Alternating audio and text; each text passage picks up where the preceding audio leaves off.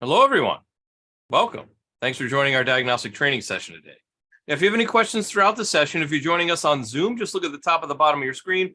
Wherever your Zoom controls are, you should see a little button that says Q&A. Type in your question, hit submit, and I'll get to those at the end of the session. If you're watching on YouTube right now, just feel free to use the live chat function wherever it is on the device that you're using. If you're watching after the live stream, just leave a comment, and I'll get to those at the later date as well. So my name is Jason Gabrinas. I'm one of Snap-on's national diagnostic technical trainers. Been in the training department the last 10 years or so, traveling around North America, helping techs and shop owners get the most out of their diagnostic equipment. Before I did that, it was a couple of years as a diagnostic sales rep with Snap-on. So I had about 30 different franchisees I worked with, as well as the shops that they serviced in order to help everyone get the most out of their diagnostic needs. Then before that, it was 8 years at Subaru. So worked in a dealership, and over time, I guess, just became the default diag guy in the shops. I always ended up with the drivability problems, the intermittent problems, those weird wiring problems that would show up on those cars. And that's really where I cut my diagnostic teeth, was trying to figure out all those weird head scratcher cars that would come into my bin. And before that, a bunch of other miscellaneous wrenching jobs. Been a little over 25 years under hood experience for me. So our topic today is the power of OBD2 information. And there is a lot of OBD2 information, so we split this into two different parts. So this will be part one, and next week we will talk through part two. OBD2 information can be very useful to see and understand what's going on with the vehicle. And we'll talk through the differences between what OBD2 generic information is versus what like the OEM information is. There's going to be differences in the amount and type of information that you can get between OBD2 and going in full OEM specific information. So if we think way back, I know some of us may not have even been born yet, but way back in the early 80s, we had the first diagnostic tool for technicians, which was this paperclip. You would unfold the paperclip, and then you would short a couple pins together, and you would watch the light flash. And hopefully you counted the right number of those light flashes, otherwise you might be diagnosing the wrong code. Is that 2 or 3? What happened there? All right, so back 1981, GM first introduced their ALDL connector. ALDL, for those of you who like trivia, stands for Assembly Line Diagnostic Link Connector. So that was the very first really onboard diagnostic connector, at least over here in the United States, that was available. And there's a picture of that down on the bottom of the screen there. So it shows the different terminals and what was used for what. And there wasn't a whole lot going on in the cars back then, so not a lot needed. Go through the 80s, most of the 80s, and then you get to late 1980s, 88. CARB, which is the California Air Resources Board, required some onboard diagnostic capability on all 1988 model year and newer vehicles. So throughout the 80s, you may or may not have diagnostic capabilities. Even if the car has a computer, the manufacturer just might have decided, we don't need to plug into this thing, right? So it was kind of all over the board. And then even after 1988, especially since it was mandatory, the manufacturers would just kind of do whatever they wanted. They put whatever kind of connector on there. They'd give you whatever sort of information, any sort of data that they wanted.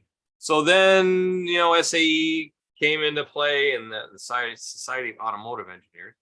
And they said, well, maybe we should have some sort of a standard. That might be a good idea. So in 1996, OBD2 became mandatory on all vehicles in the United States. And the beauty of that was it gave us a unified connector. Everybody's connector is the same for the most part. Some exceptions with the European vehicles going forward until around the 2000s, about 2001 or so. EOBD was for the EU. So that was European OBD. Mandatory on all gasoline vehicles, and then they added that mandate to diesel vehicles as well in 2004. And then as far as really the last change, I guess that would be mandatory, was CAN communication were required in the United States in 2008. So you had to have CAN bus terminate on the connector, and you had to have your main, big ECMs on there. So your engine, your transmission, your brakes, that sort of thing had to be on that main line. So that was back in 08, and that was still 15 years ago at this point. And then 96, of course, way further back than that. So it's been mandatory for quite a while, but there are still 1980s, early 90s vehicles still running around out there. I'm sure there's plenty of them out there. There's a lot of people that like to collect those types of, think about a 1980s vehicle being a classic car, but it sure is. Even mid 90s vehicles would be considered a classic car now.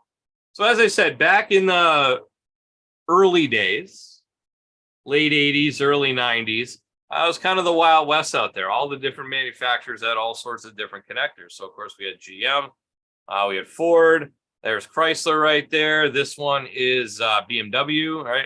The round pin under the hood. This one's Mercedes. This was Nissan. This was Toyota. And then that was Subaru as well. So we would have to deal with that early. In my early days, working at Subaru, these cars would still come in. So they would hide the connector kind of wherever. Right. So the BMW and Mercedes, a lot of times they were under the hood.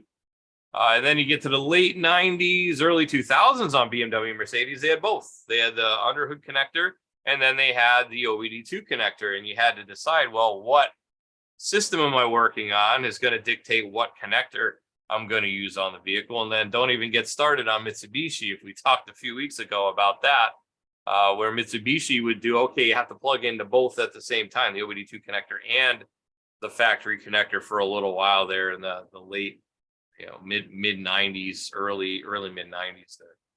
So it's kind of the Wild West, and you had to have a drawer full of connectors in order to connect all these various different vehicles. And there was even some that you would just take these multi-pins, and it would be kind of a universal connector. You'd pin it out where you needed a pin, and then it would connect back to the scan tool, of course, using one of the adapters. This is one of the smaller ones that we ship now. Used to be a lot longer of a cable.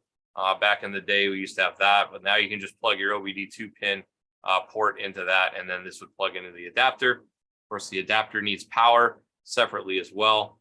So just keep that in mind that it does need power in order to work. But that was back in the day. And then we said OBD2 came out and saved us all. At least that was the thought process back then. Everything's going to be universal. Everything's going to work the same. You can scan any car using the same scan tool. And then, for the most part, at least on the DLC standardization, it has to be within a certain distance of the steering wheel, has to be on the driver's side of the car, has to have a pinout like this. So that was a nice thing. Having the pinout standardized, having the connector standardized, the data is also standardized. The codes are also standard. So you see in here, the constant that you will see is pin 16 will always be battery power as long as the fuse is working, but it is supposed to be battery power. And then we have 2 grounds on pins 4 and 5. We're talking J1850, it's going to be pin 2. For pin 10 would also be J1850 if it's 2-channel, pulse and modulated. We also have K-line, our CAN bus would be 6 and 14 right there. And then we have K-line, which you would see right here on pin 7, also an L-line if necessary on those. And then all the other pins can be whatever the manufacturer decides that they want them to be. So on some GMs, especially on like their Global A vehicles, they could have CAN bus here, CAN bus here, CAN bus here, CAN bus there, right? They can put multiple buses on the vehicle in order to accommodate the number of ECUs that they have on the vehicle as well. So that was our nice standardization. But what we also need to consider is that inside the computer, there's 2 types of data. There's 2 types of information in there, right? Now, you may have heard me talk before about the computer being like a house. It's got a front door and it's got a back, right? So coming in the front door is going to be on my raw data, my inputs, my NOx sensor, oxygen sensor, coolant temp sensor, all that stuff goes into the computer. But then what we don't talk about nearly as much is there are 2 rooms inside that computer, inside that house. We have our OEM VIN specific side of the PCM, which is going to be, if you use a snap-on scan tool, that's where you hook up to scanner. That's where you're going into that room. Or we have our generic OBD2 side of the PCM, which is going to be on the other side, the other room. It's going to be federally mandated. It's going to give us scan data and codes, and that's going to be where we go into OBD direct. There's also another way to go in kind of in between the rooms, maybe put a window in this wall here So we can go in between the two rooms. I'll talk more about that when we go live on the tool. But there are a couple different ways to do that. So there are two rooms, and the fun thing about these two rooms is they can be different. They can have different sets of codes in there. They can have different parameter data displayed on the screen. So you really need to understand what's going on both sides, and you really want to take a look at both sides when you're trying to diagnose a problem on a vehicle. Okay, from our home screen, once again, we'll go into OBD Direct. That'll allow us to get into that generic side of the computer.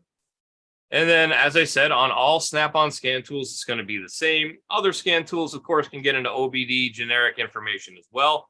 But in this case, we're going to go in. We have OBD Diagnose, which would be, here's where I'm going to start a session to go into OBD. You can do an OBD health check, which is going to do a quick check of codes and a couple other different things in there. It's going to be a real quick check you can print out. Also an OBD training mode. So this is handy for if you want to learn a little bit more about OBD2 and the different ways it works. There is an OBD training mode. You do not have to hook up to a vehicle. You can just go in there. It's going to work just like the demonstration vehicle on the other side of the tool. And you can go in there and learn a little bit more about what's going on. But in this case, we'll go into OBD Diagnose. We want to start communication with a vehicle. Now, once we load into that menu, we see we have start communication, connector information, which is key, and then manual protocol selection as well. So on start communication, that's where we're going to go to communicate with the vehicle, of course. Connector information. If I'm not sure exactly where the connector should be on the vehicle, because sometimes they hide them behind little panels and things like that. Yes, it's in the right spot on the driver's side of the vehicle close to the wheel, but could be behind a connector, could be other places. I know, like, I remember back in the day, some Hondas, it was in like the glove, it was in like the center console. You'd have to move something over and it was there. It was still close. It was still technically on the driver's side. But now, for the most part, I'm sure you know that they're, usually underneath the steering wheel, somewhere in that general vicinity. But that connector information will help you when it comes to that type. Manual protocol selection as well. If you know what protocol you want to communicate with the vehicle, you can go in there and choose it manually. Now, this is also helpful if you have maybe not a car, but you still want to be able to get in there. Maybe it still has OBD2 information. Maybe it's, it's at least a fairly newer module in there. And you know what protocol you want to use. You can go in there manually, select the protocol, and it should start communicating with you. In this case, we'll just do start communication.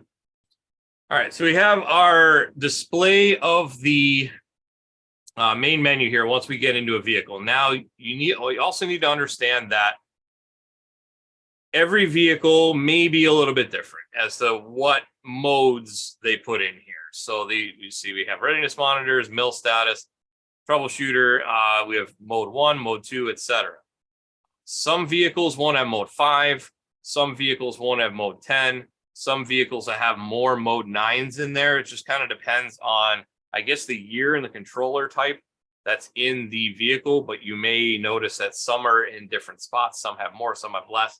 It's just going to depend on the vehicle. Yes, it is supposed to be generic, but things have evolved over time to add in more information, things of that nature. So the first thing I would want to look at, especially if I'm making sure it's ready for emissions, is going to be my readiness monitor. We can go into readiness monitors. It's going to give us a couple options. Monitors complete since the code was cleared, or monitors complete this drive cycle. So we know on this drive cycle were all of them completed, or have all of my monitors complete since the code is clear. We can just pop into one of those, and that's going to give us a list. So in this example, we see test complete, not complete, and then whether or not the test is supported. If the test not supported, it will say not supported by the vehicle. It's not supported by the tool. It's not supported by the vehicle is what we're seeing in that case. All right, and then we have the MIL status. So is the check engine light on or not? I suppose that would be useful if for some reason the bulb had been removed or whatever. That's is it on or is it off? Just got a question in chat here through YouTube, and I was actually going to get to this anyway, so it's a perfectly good segue. But Dan asks, what are the dollar signs? So I've heard various different examples of what that could be, and somebody even asked, are they making us pay for this? Nope, that's not what it is. So the dollar sign it's kind of like computer language, right? So they call these not just modes, but service. So I guess in computer speak, they're making the S for the dollar sign. So it's service 1, service 2, service 3, etc. It's kind of a weird, wonky computer thing. But that's what the dollar signs mean. Also inside, exclusive to Snap-on scan tools, if you're using a Snap-on scan tool, there is a built-in troubleshooter as well. So if you're interested in more information on things inside OBD2, maybe you just need need to remember some things that we learned today. There is a built-in troubleshooter in there. So you can go into troubleshooter, and of course it'll be engine. And then you see we have a couple different sections. So we have code tips, parameter descriptions, which is pretty helpful, guidelines and procedures, and help.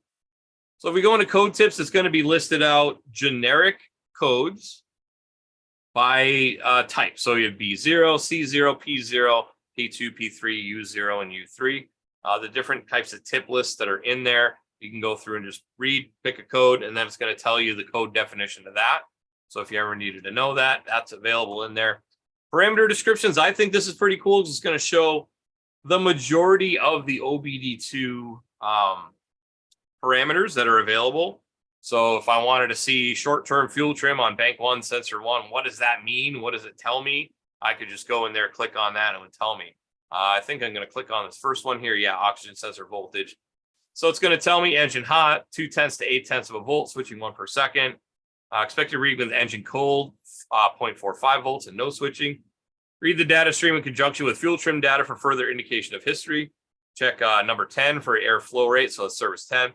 A mass air sensor that is reading faulty could command that the ECU leans the mixture off. This could lead the ECU setting a fault code for the O2 or adaptation reach. So it's going to give you a wealth of information. I'm not going to read through this whole thing, but if you want to see what is this PID supposed to be, it's in there. It's inside troubleshooter. Guidelines and procedures, again, that'll give you the different descriptions of the different modes, right? So see how it says service. So services are modes all the way from 1 through 10.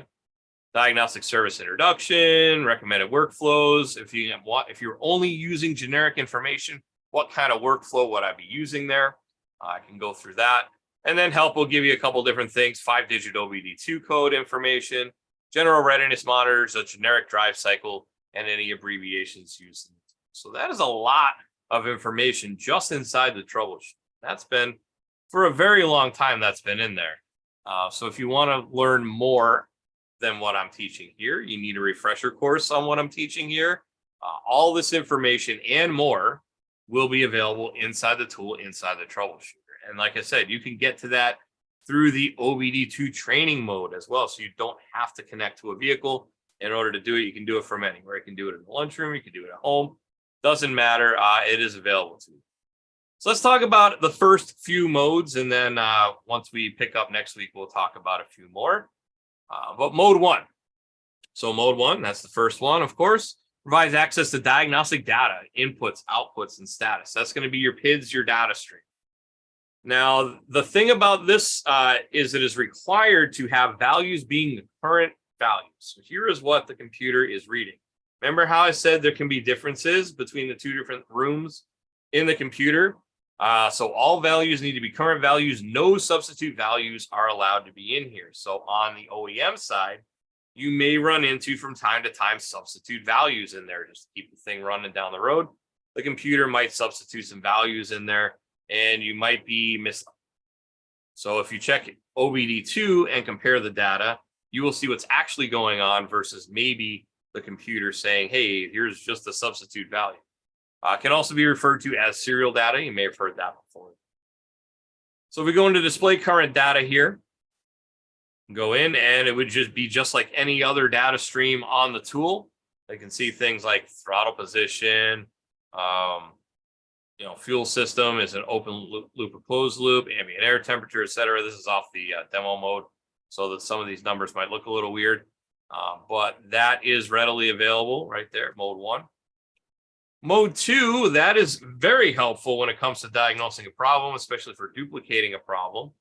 Provides access to freeze frame. Now, what freeze frame is going to be whatever that mode 1 data is at the time of the fault.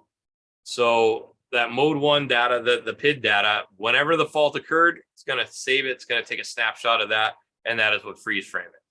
Once again, since it is taking that mode 1, all data is actual values.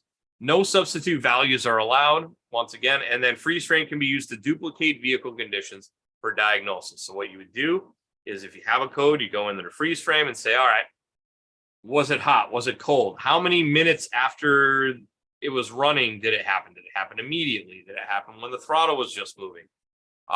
Full throttle, light throttle, whatever it happens to be.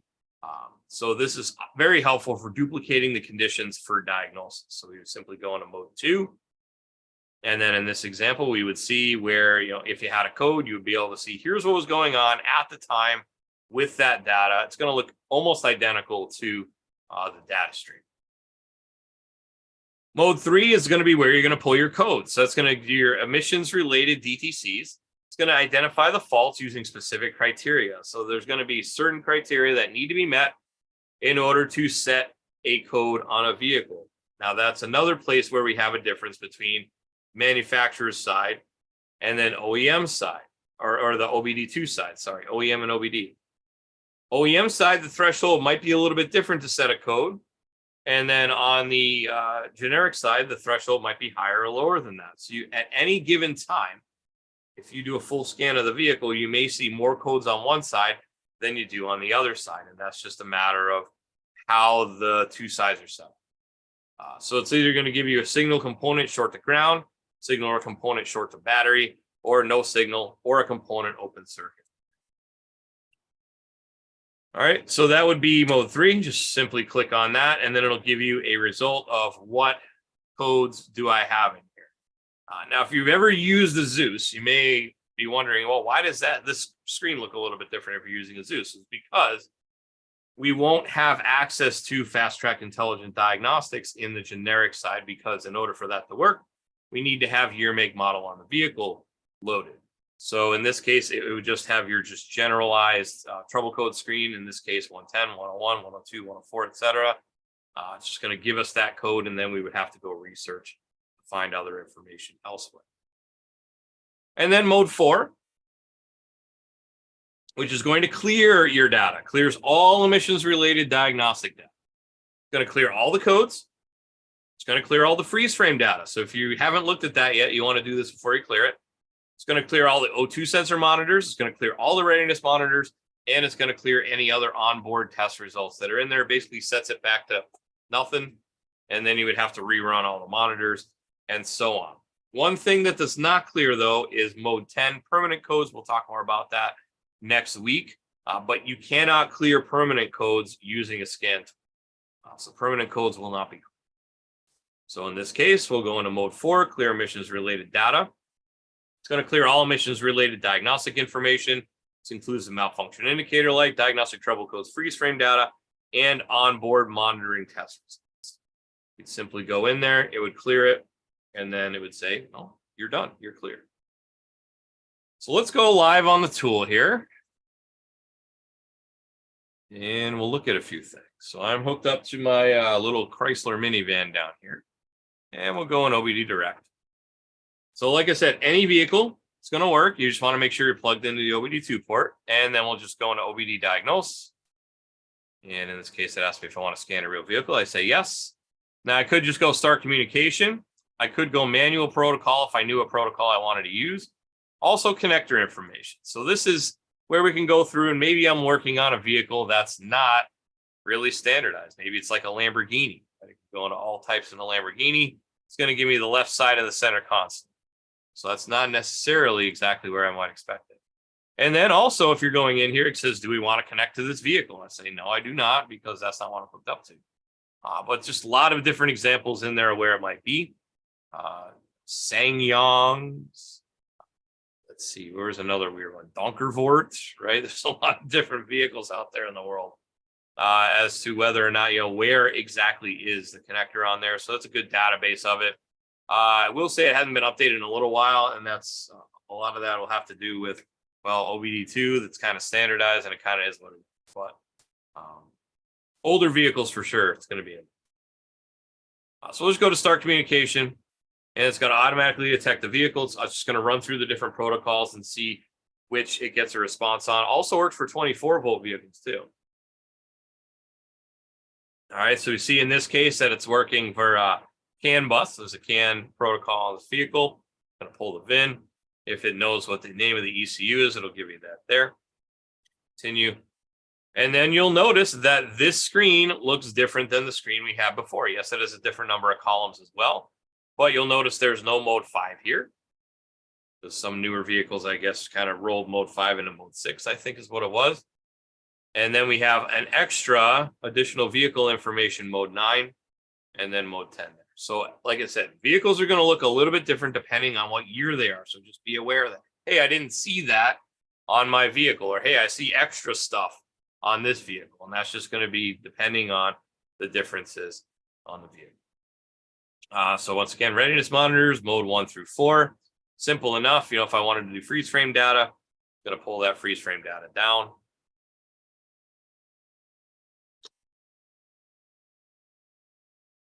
And there we go. So on this particular code, there's your manufacturer specific code. And then it'll just give you your voltages and stuff, tell you whether it's an open or closed loop, etc. Okay. Troubleshooter. Let's talk about the troubleshooter really quick, because like I said, there is a lot of information in here. So if I wanted to go into code tips, and I can go to P codes, and then it's going to tell you what the different numbers mean on each code. So let's go into like 300 codes, and then you'll see every possible 300 code listed. Let's just pick one at random.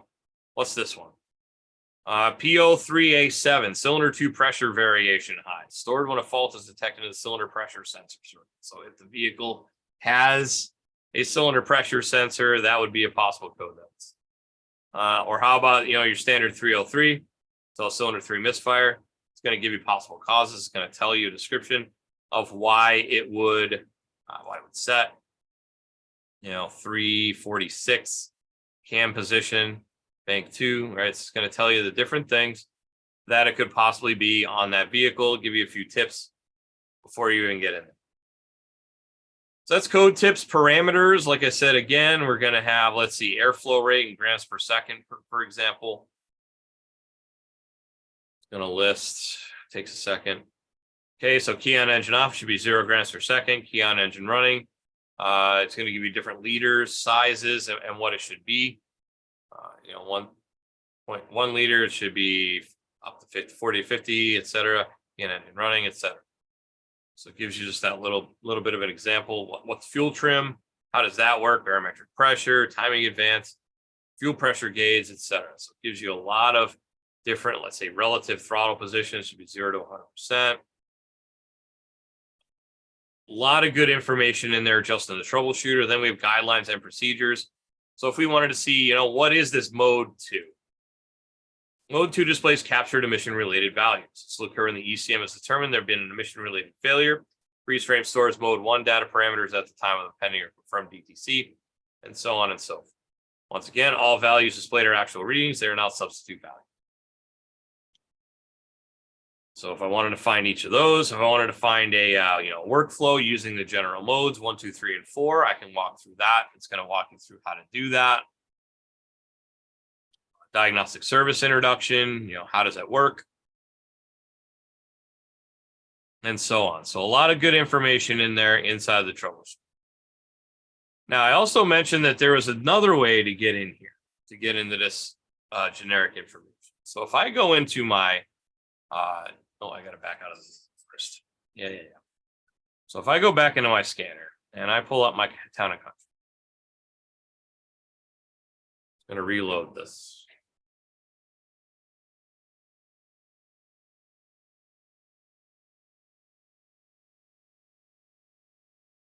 For a second. Let's see. There we go. Okay. In this case, we have fitted systems as well. So if I wanted to do a code scan and I wanted to do a pre-scan, it's going to go through and scan the modules. Now on this little demo board, it takes a second. And it's going to have a fair number of codes because it only technically has a couple of different modules.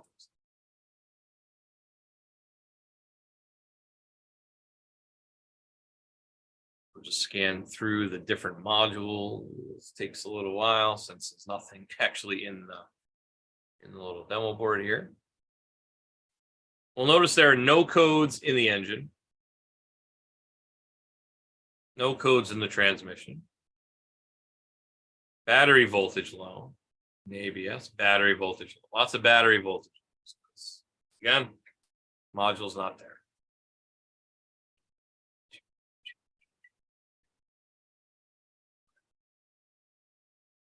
A few seconds. Really, the code scan at this point is dictated by how fast the car goes through and communicates. Sometimes it's 30 seconds, sometimes it's a couple minutes. Just depends on the vehicle, how many modules, how it does a test through there. There we go. So vehicle system report is saved. We got engine. And then if I come all the way down the bottom here, you will notice that I have OBD2 codes. So when I do a code scan, full code scan on the vehicle, it's going to go into that mode 3 as well. So this is going to pull the OBD2 codes. You'll notice there are 4 OBD2 codes, no engine codes. And then permanent codes, if there are any in the vehicle, that will show up as well. So it actually goes to the OBD2 side. But if I was in the engine, because I can just click on engine there, and you'll see I have a button here that says generic functions. So on generic functions, it gets me my readiness monitors, and then I can do many of my modes. Not all of my modes. You'll notice there's no mode 1, there's no mode 10. So it won't pull the generic data. Sometimes it does. Like I said, it depends on the car. So you can do freeze frame from here, trouble codes from here, clear data, different cal IDs, different in-use performance tracking, etc. So all of that information is once again available through the OEM side. It's like building a little window through the wall in the two rooms there, right? So the OEM side and then the OBD2 side, we can actually go back and forth using the engine module. We can just go into that generic functions. All right. So that is the first half of our OBD2 session. I said next week we'll talk about the other modes. So this is mode 1 through 4 plus our overview. And then, like I said, next time it will be the other modes. So let's talk about next week. Next week, like I just said, spoiler alert, next week is going to be part 2. We're going to go through the other modes. So we went through 1 through 4. Next week, we're going to go through 5 through 10. And 5 through 10, there's a lot more stuff going on in there. So there's a lot more to talk about. So that's why we kind of split it up in half this way. We can talk about the basics and the theory and operation in the first one. And then the second one, we will, of course, talk about the other stuff, 5 through 10. So same time and same place, as usual, 6 and 9 Eastern. Go to snapon.com/OT if you want to join me on Zoom. Otherwise, the 6 p.m. Eastern class goes live to our YouTube channel. If you are watching on YouTube, please make sure you like, subscribe, all that good stuff. YouTube.com/Snap-on Diagnostics for that. And then the 9 p.m. Eastern class goes live to my Facebook page. So it's facebook.com/SnapOnJason for that. If you want to see any of the other topics in this series, anywhere from ADOS to resets and relearns, we have 65. This is episode 66 right now.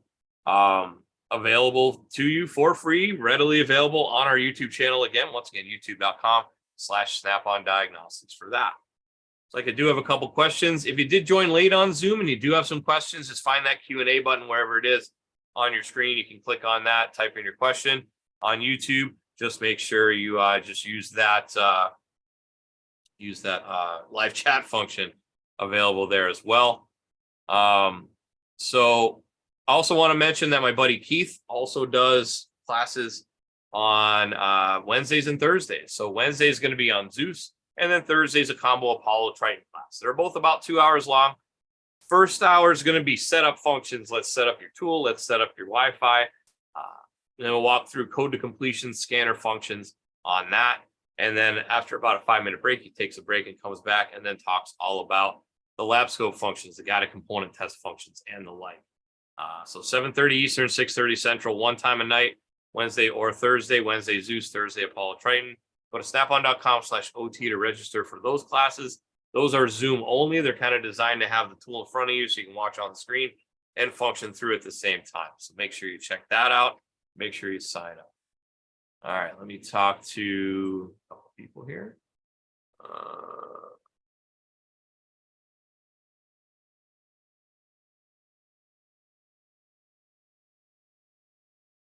Let's see. So Joseph is asking on Zoom. He said, one time you stated there were codes in both houses or both rooms of the scanner and OBD2. Yep, there can be codes in either side, and there can be different types of codes in there. Can you clear anything out of OBD2? Yes, you can. So when you do the clear all codes, it should clear both sides. If there's any permanent codes, however, those won't get cleared until it runs a test. And that's kind of getting ahead of myself for next week. But mode 10 cannot be cleared by the scan tool. It has to be cleared by the computer itself. So yes, you can clear OBD2 and you can clear the generic side. It used to be you had to go into both in order to clear them both. But if you do the clear all codes, it should pop over to both sides and clear them both. Otherwise, you can manually go in there and do the mode 4, right? So yes, you can definitely clear on both sides. Let's go over to YouTube. Dan is here. Hello, welcome. Thank you for joining us as always. Same as Quinn, welcome every week, showing up. Same with Nick from the UK. Thank you for showing up. Thank you for chiming in. Let's see. K-Tech just said he just bought a Zeus for a pretty darn good deal. I'm not going to say what it was, but it's a pretty darn good deal for a Zeus. Don't work on cars anymore. Work on a fleet of trucks, but it's 6 pickup trucks. Should I do a subscription? It depends on whether or not you want to have access to all the online functions on the tool, K-Tech. So anything that requires a link to our servers. So for example, intelligent diagnostics, you want that to work, got to be on a subscription. Quick lookups, uploads to the Snap-on cloud, any of that. Also, if you have if one of those trucks is a 18 or newer Ford, or if it is a 18 or newer Dodge Ram, then you would need that access to that for the access to the security on those, because they are behind secure gateways. So you need the subscription to provide access to that as well. Anthony says, thank you for presentation. And then Keith says, let's see, can you do relative compression and different ways of doing it with your scanner? Yes. That's not a bad idea, Keith. So he's giving me a suggestion for a class, how to do relative compression. We can talk about a couple different ways of that. I've talked to it here and there in a bunch of different videos. There's some manufacturers that actually allow you to do it with your scanner. It's just an automated test. You go in. Ford for sure does a relative compression test with the scanner as well. But we can talk about other ways of doing that with like low amp probe, things like that. Yeah, good idea, Keith. I'll put that on the list. All right, looking like we are fairly clear here between the two channels. So I'd like to take the time to say thank you. Thank you very much for spending a little bit of time with me. Hopefully we learned a little bit about the differences between the OEM side, generic side, and how we can access those first 4 modes of OBD2 on the tool. Hopefully you can join me next week for OBD2, the sequel, part 2. We'll talk about the rest of the modes and the rest of the functions of OBD2. Enjoy the rest of your week. Enjoy your weekend. Have a good night and take care.